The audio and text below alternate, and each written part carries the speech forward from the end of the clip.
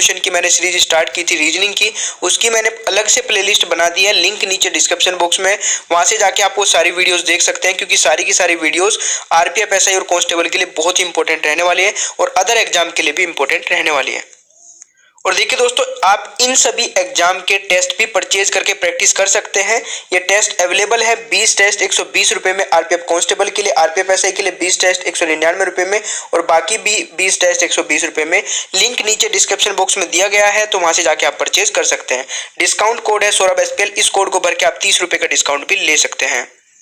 तो चलिए स्टार्ट करते हैं आज की वीडियो को और मैं आशा करता हूं कि आपको वीडियो जरूर पसंद आएगी और आप वीडियो को लाइक शेयर भी जरूर करेंगे। तो यहाँ पे पहला क्वेश्चन है ब्लड रिलेशन से, बहुत ही अच्छा क्वेश्चन है, आप भी ट्राई करिए और मैं आपको बताता हूँ कि कैसे कैसे आपको करना है ये क्वेश्चन, ठीक है। तो यहाँ पे क्वेश्चन नंबर 1 है, किसी औरत की तस्वीर की ओर इंगित करते हुए अजीत ने कहा, वह मेरी माँ के पति की माँ की पुत्री है, बताइए कि वह औरत अजीत की कौन है।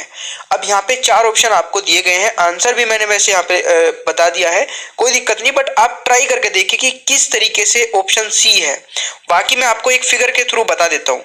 फिगर में कैसे हमें विजुलाइज करना है, सबसे पहले क्वेश्चन को पढ़ते हैं। किसी औरत की तस्वीर की ओर इंगित करते हुए अजीत ने कहा, ये आपका एक औरत की तस्वीर हमने मान ली है और अजीत जो है, अजीत इसकी तरफ कोई इशारा करते हुए कह रहा है वह मेरी माँ के पति, तो हमने मान लिया कि अजीत यहाँ पे है और उसकी माँ, मेरे माँ का पति बोला है, यानी कि अजीत की माँ ये हो गई और उसके पति ये हो गए, ठीक है। इस तरीके से एक एक आपको मानते हुए चलना है। अब आप सोचिए कि मैंने अजीत की माँ जब बोला तो यहाँ पे ऊपर की तरफ ही क्यों गया, साइड की तरफ क्यों नहीं गया, क्योंकि अजीत की माँ अजीत के एक जनरेशन ऊपर है। तो आप जनरेशन का भी ध्यान रखते हुए क्वेश्चन को करेंगे तो कभी भी आंसर गलत नहीं आएगा और कभी भी कंफ्यूजन क्रिएट नहीं होगा, ठीक है। वो धीरे धीरे मैं आपको समझा दूंगा जब पूरी वीडियो आप देख लेंगे। देखिए यहाँ पे बोला अजीत की माँ का पति, तो अजीत की माँ इससे ऊपर जाएगी, यानी कि एक जनरेशन ऊपर है, और फिर पति यानी कि एक ही जनरेशन की बात की जा रही है, तो यहाँ पे माँ हो गया, यहाँ पे पति, ठीक है। इतनी चीज देखिए, पूरा लाइन मत पढ़िए एक बार के में, जितना पढ़ना है मतलब जितनी करना है उतना ही पढ़िए। वह मेरे माँ के पति, मेरे माँ के पति यानी कि उसके पिता की बात की जा रही है। अभी तक तो हमारी सब कुछ समझ में आ रहा है। उसके बाद बोला जा रहा है पति की माँ। अब पति की माँ कौन हो जाएगी, दादी हो जाएगी, ठीक है ना। ये पति हो गया था, पति की माँ यानी कि ये हो गई आपकी, ठीक है। माँ का पति यहाँ तक था, ये हो गया माँ का पति, और ये हो गया पति की माँ यानी कि ये हो गई पति की माँ, ठीक है। तो ये हो गया, अभी तक आप समझ गए ना, ये दादी की बात की जा रही है यहाँ तक। माता की पुत्री है यानी कि पुत्री ये हो गई, फिर उसी जनरेशन में आ गए। अब थोड़ा सा मैं आपको अपने तरीके से समझाता हूँ। अजीत की माँ ये हो गई, के पति ये हो गए, फिर अजीत की माँ के पति की माँ यानी कि ये जो अजीत था, यदि अजीत है और ये इसकी पत्नी है, कि अजीत की अजीत के पिता है ये, और इसकी माँ हो जाएगी अजीत की दादी। अभी तक समझ में आ रहा है। और दादी की पुत्री यानी कि फिर अजीत की बहन की बात की जा रही है, और अजीत जो ये तस्वीर है अजीत की बहन की है, यानी कि ये इसका बेटा है, फादर का रिलेशन है, तो ये इसकी क्या लगी। अब बताइए, पिता की जो बहन होगी वो क्या लगेगी, वो बुआ लगेगी ना। तो औरत की ओर, जिस औरत की ओर तस्वीर की ओर अजीत इशारा कर रहा था वो उसकी बुआ थी, ठीक है। तो बुआ आपका राइट आंसर हो जाएगा, ठीक है ना, यानी कि ऑप्शन सी। अब समझ में आया। अगर थोड़ा थोड़ा भी समझ में आया है तो बिल्कुल भी टेंशन मत लीजिए, क्योंकि आगे के जो क्वेश्चन कराऊंगा ना वो सब कुछ क्लियर कर देंगे, ठीक है। चलिए नेक्स्ट क्वेश्चन पे चलते हैं। क्वेश्चन नंबर 2 पे आ जाते हैं और 2 को पढ़ते हैं किस तरीके से करना है। देखिए, एक पुरुष ने अपने पुत्र की तस्वीर की ओर इंगित करते हुए एक औरत से कहा, उसकी माँ तुम्हारी माँ की इकलौती पुत्री है, बताए कि उस औरत का उस पुरुष से क्या संबंध है। देखिए, हमने माना कि उसका जो पुत्र है ये है, ठीक है। इस तरीके से हम थोड़ा सा समझने की कोशिश करेंगे। एक पुरुष ने अपने पुत्र की तस्वीर की ओर इंगित करते हुए एक औरत से कहा, उसकी माँ, तो इसकी माँ कौन हुई, हमने ये मान लिया कि पुरुष ने इसकी तरफ इशारा किया कि अपने पुत्र की ओर इशारा करते हुए कहा कि उसकी माँ, तो उसकी माँ कौन हुई, इसकी खुद की पत्नी हो गई, ठीक है ना। उसकी माँ तुम्हारी माँ की इकलौती पुत्री है, तो उसकी माँ की एक मतलब उसकी माँ तुम्हारी माँ की, यानी कि इसकी माँ कौन हुई, इसकी सासू हो जाएगी, और ये इसकी हमने मान लिया ये औरत है जिसको वो बता रहा है। तो इसकी माँ और ये औरत एक हो गया, और ये इसकी माँ हो गई, और ये इस माँ की इकलौती पुत्री हो गई, यानी कि ये इसकी माँ, ये माँ हो गई, ठीक है। और ये जिस औरत के को बता रहा था ये चीजें, ये उसकी वाइफ है, ये उसके मतलब पति है, ठीक है ना। ये चीज समझे आप? इस चीज को दोबारा फिर बता देता हूँ, थोड़ा सा कंफ्यूजिंग है, ठीक है ना। उसकी माँ, देखिए मतलब अपने पुत्र की ओर इशारा करते हुए बोल रहा है कि उसकी माँ, तो इस पुत्र की माँ कौन हुई? इसकी खुद की पत्नी होगी ना। और यहाँ पे जब दूसरी लाइन में पढ़ा जाएगा ना, अब दोबारा ध्यान से सुनिएगा, उसकी माँ तुम्हारी माँ की, तुम्हारी माँ की इकलौती पुत्री है, इसका मतलब कौन हुआ? ये इसकी खुद की बारे में बात कर रहा है, यानी कि जिस औरत को वो बता रहा था ये खुद की पत्नी के बारे में बात कर रहा है। उसकी माँ कौन हुई? उसकी सासू हो जाएगी, ठीक है। तो ये यहाँ पे इसकी माँ गई, और उस माँ की इकलौती पुत्री है, यानी कि ये इसकी माँ जो है ना, इस पुत्र की, उसकी माँ की माँ के बारे में बात की जा रही है, ठीक है भाई। मैंने पूरी कोशिश की है, अगर अभी समझ में नहीं आया है तो दोबारा से वीडियो को एक बार और स्टार्ट करके देखिए, मतलब थोड़ा पीछे करके दोबारा से देखिए, समझ में आ जाएगा, ठीक है। उसके बावजूद भी नहीं आते तो कमेंट बॉक्स में बताइएगा, फिर नेक्स्ट किसी वीडियो में डिस्कस कर लेंगे। और यहाँ पे क्या हो जाएगा, अब पूछ रहा है बताए कि उस औरत का उस पुरुष से क्या संबंध है, तो सीधा सीधा आपको पता चलेगा ना कि क्या संबंध है। पुरुष और इस औरत का संबंध पति पत्नी का है, यानी कि यहाँ पे पूछा गया कि पुरुष का संबंध क्या है, तो पति का है, तो ऑप्शन सी आपका राइट आंसर हो जाएगा, ठीक है भाई। समझ में आ गया? बिल्कुल सीधा सीधा सा है, इस डायग्राम से समझने की कोशिश करिएगा, समझ जाएंगे। नेक्स्ट क्वेश्चन पे चलते हैं। क्वेश्चन नंबर 3 पे आते हैं, और 3 में क्या बोला जा रहा है, मनीष की तरफ संकेत करते हुए मनोज ने कहा। देखिए हमने माना मनीष यहाँ पे है, ठीक है, तो मनीष ने मनोज की तरफ इशारा करते हुए कहा, क्या कहा? वह मेरी बहन के एकमात्र भाई का पुत्र है। ध्यान से पढ़िए लाइन को, छोटी सी लाइन है, सब कुछ बता गई। वह मेरे भाई, सॉरी, वह मेरी बहन के एकमात्र भाई, यानी कि वो खुद के बारे में बात कर रहा है। दोबारा से पढ़िए, मनीष की तरफ संकेत करते हुए मनोज ने कहा, मनोज बोल रहा है ये चीज कि वह मेरी बहन के एकमात्र भाई का पुत्र है, यानी कि मनोज ये हो गया, उसकी बहन ये हो गई, ठीक है। मनोज की बहन का एकमात्र भाई का पुत्र है मनीष, ठीक है ना। तो इसका मतलब ये खुद के बारे में बात कर रहा था कि ये जो मनोज है ये खुद के बारे में बोल रहा है कि वह मेरी बहन का एकमात्र भाई का भाई का पुत्र है, यानी कि ये जो मनीष है ये इसका पुत्र है। तो यही आपका रिलेशन हो जाएगा, मनीष का मनोज से क्या संबंध है, तो पुत्र का हो जाएगा। राइट आंसर आपका ऑप्शन डी हो जाएगा। भाई समझा आप इस चीज को? दोबारा से पढ़ देता हूं, वह मेरी बहन के एकमात्र भाई का पुत्र है, वह मेरी बहन के एकमात्र भाई। तो मेरी बहन कौन हुई? मनोज ये बात बोल रहा है, तो मनोज की बहन तो उसकी बहन हो गई, फिर उसका एकमात्र भाई ये खुद हो गया, और फिर यहाँ पे बोला जा रहा है कि उसका वह एक पुत्र है, यानी कि वह उसका एक का भाई का पुत्र है। इसका मतलब वही इसका मनीष जिसके बारे में बात कर रहा था मनोज, वो इसका बेटा है, पुत्र है। आशा करता हूँ कि आपको समझ में आ गया होगा, ठीक है। चलिए फिर नेक्स्ट क्वेश्चन पे चलते हैं। क्वेश्चन नंबर 4 पे आ जाते हैं, ठीक है। यदि पी क्यू का भाई है, तो हमने यहाँ पे माना कि पी क्यू का भाई है, यानी कि पी और क्यू क्या है, भाई भाई है दोनों, तो पी क्यू का भाई है, हमने दोनों को एक ही लाइन में लिख दिया। नेक्स्ट बोला गया क्यू तथा क्यू की बहन आर है, तो क्यू की बहन आर हो गया, ठीक है। क्यू की बहन आर है, तो पी और आर का क्या रिश्ता है, तो देखिए अगर मैं यहाँ पे बात करूं तो आर, क्यू और पी तीनों के तीनों बहन भाई है, और ये यहाँ पे बोला पी क्यू का भाई है, ठीक है ना। पी क्यू का भाई है और क्यू की बहन आर है, क्यू की बहन आर है, तो आर ये है क्यू की बहन, और पी की भी बहन ही होगी, ठीक है। तो यहाँ पे पूछा गया है पी का आर से क्या रिश्ता है, तो पी आर का भाई हो जाएगा, ठीक है। तो ऑप्शन सी यहाँ पे राइट आंसर हो जाएगा। यही आपसे पूछा गया था कि पी क्यू का आर से क्या संबंध है, तो पी आर का भाई हो जाएगा। अगर यहाँ पे पूछा जाता कि आर का पी से क्या संबंध है, तो आर बहन हो जाती पी की। तो यहाँ पे इन कभी समझिएगा रिलेशन, कभी आप यहाँ पे ऑप्शन डी भी लगा सकते हैं और सी भी लगा सकते हैं, बट आपका राइट आंसर सी रहेगा, ठीक है। तो चलिए नेक्स्ट क्वेश्चन पे चलते हैं। क्वेश्चन नंबर 5 पे आ जाते हैं। 5 में बोला जा रहा है निम्नलिखित कथनों को ध्यानपूर्वक पढ़कर दिए गए प्रश्नों के लिए उचित विकल्प का चयन कीजिए। यहाँ पे कुछ आपको बता दिए गए हैं पॉइंट्स पहले से कि P गुणा Q का अर्थ है Q का भाई P है, P प्लस Q का अर्थ Q का पिता P है, P डिवाइड Q का अर्थ है कि Q की बहन पी है। तो यहाँ पे आपको एक बताना है इन चारों ऑप्शन में से इस कंडीशन को कौन सेटिस्फाई कर रहा है। एम का चाचा ए है, निम्नलिखित किससे प्रदर्शित होता है। तो यहाँ पे हम एक एक ऑप्शन को देखेंगे, एक एक ऑप्शन में रख करके इसको देखेंगे जो जैसे जैसे इन्होंने बोला है। यहाँ पे पहले वाला ऑप्शन को मैंने लिया, ए प्लस डी लिखा है। प्लस का अर्थ क्या है, क्यू का पिता पी है, यानी कि डी जो है वो ए का पिता है, क्यू का पिता पी है, यानी कि जो क्यू का पिता, हाँ ठीक है, ए जो है वो डी का पिता है, ठीक है।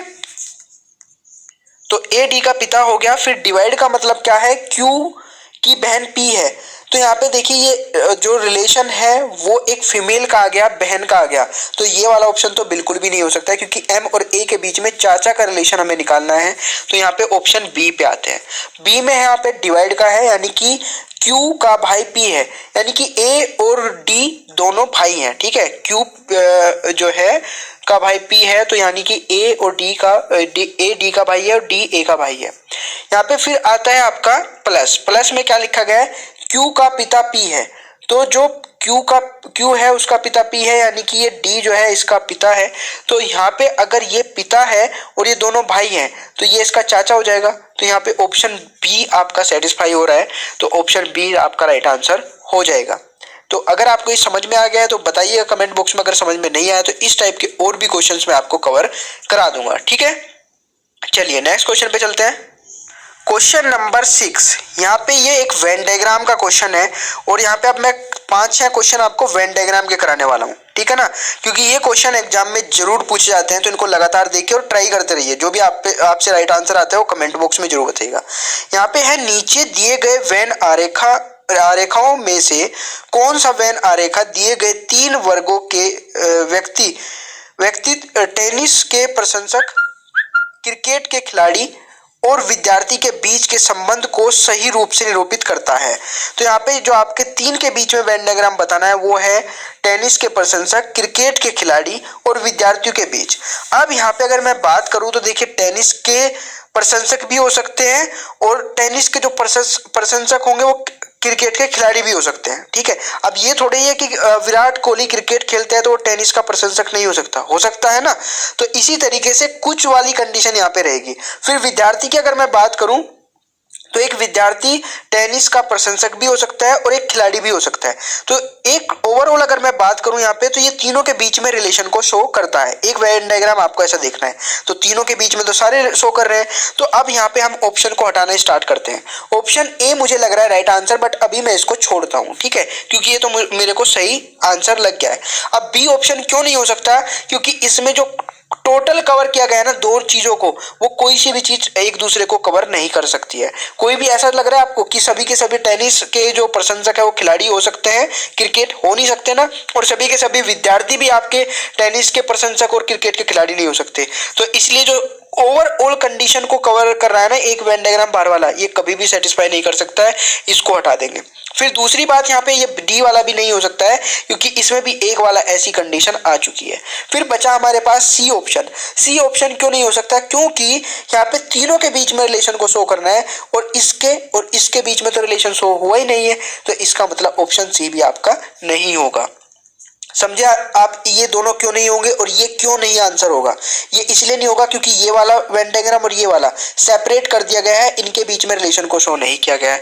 तो ऑप्शन ए आपका राइट आंसर रहेगा, क्योंकि यहाँ पे कुछ वाली कंडीशन रहेगी कि कुछ टेनिस के प्रशंसक आपके क्रिकेट खिलाड़ी भी हो सकते हैं और कुछ क्रिकेट के खिलाड़ी और कुछ टेनिस के प्रशंसक आपके विद्यार्थी भी हो सकते हैं, ठीक है। तो ये वाली कंडीशन आपकी सही रहेगी। आशा करता हूँ कि आपको समझ में आ गया होगा। नेक्स्ट क्वेश्चन पे चलते हैं।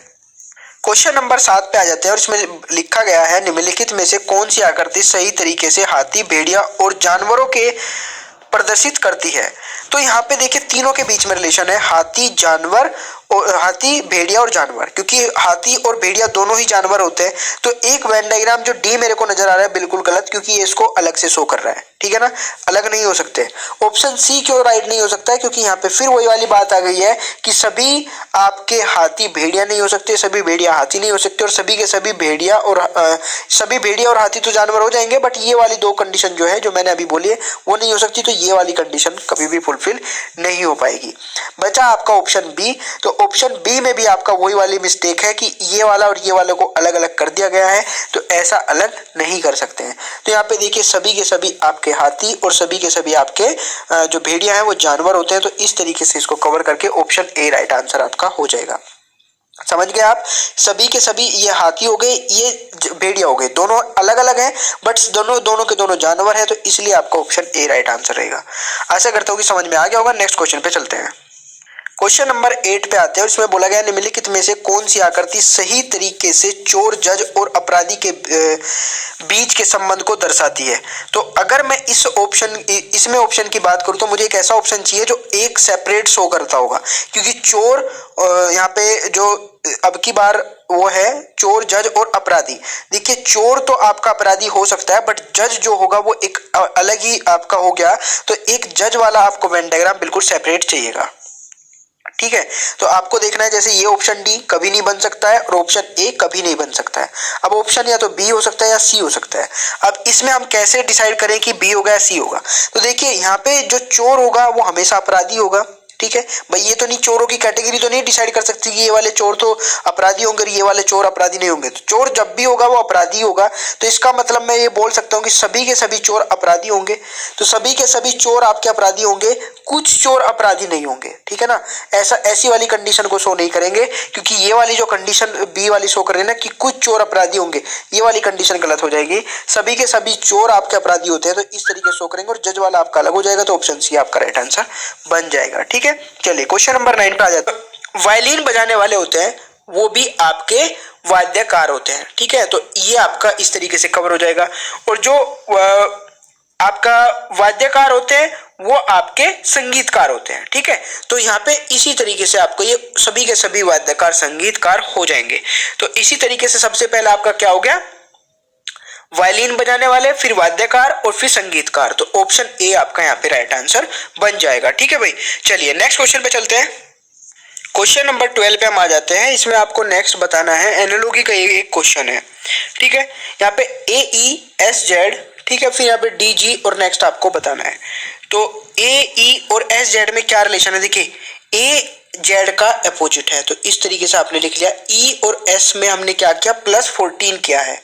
ठीक है, ई आपका 5वें नंबर पे आता है, +14 करेंगे तो आपका एस बन जाएगा। ठीक है, उसी तरीके से आपको यहाँ पे करना है। तो डी में हम +14 कर देंगे तो आपका आर बन जाएगा। और यहाँ पे जी में आप क्या करेंगे, जी का अपोजिट आपका टी हो जाएगा। तो आर और टी यहाँ पे राइट आंसर बन जाएगा। ठीक है, तो आर और टी राइट आंसर हो जाएगा, यानी कि option A is the right answer. आशा करता हूँ कि समझ में आएगा। क्वेश्चन नंबर 13 को ट्राई करिए। देखिए आप साथ साथ में ट्राई करते रहिए तो राइट आंसर आने का एक मजा अलग ही रहेगा। ठीक है, क्वेश्चन नंबर 13 का राइट आंसर क्या रहेगा, जल्दी से बताइए। तो दोस्तों यहाँ पे भी आपका यही विपरीत वाला अक्षरों का युगम है, यानी कि अपोजिट अल्फाबेट्स है आपके। ए का अपोजिट आपका जेड होता है, बी का अपोजिट वाई होता है और सी का अपोजिट एक्स होता है। उसी प्रकार यहाँ पे आपका सी का अपोजिट क्या हो जाएगा, एक्स हो जाएगा, जैसे अभी आपने देख लिया यहाँ पे। ठीक है, फिर यहाँ पे आपका बी का अपोजिट आपका वाई हो जाएगा और ए का अपोजिट आपका जेड हो जाएगा। तो एक्स वाई जेड आपका राइट आंसर बन जाएगा। तो एक्स वाई जेड देख लीजिए कौन सा, एक्स वाई जेड, यानी कि ऑप्शन डी यहाँ पे राइट आंसर रहेगा। ठीक है, क्वेश्चन नंबर 14 पे आ जाते हैं। 14 का राइट आंसर क्या रहेगा, जल्दी से बताइए। 14 में यहाँ पे क्या किया गया है, देखिए कार रेस लिखा गया है। ठीक है, कार को रेस लिखा गया है, तो उसी प्रकार रेट को क्या लिखा जाएगा। तो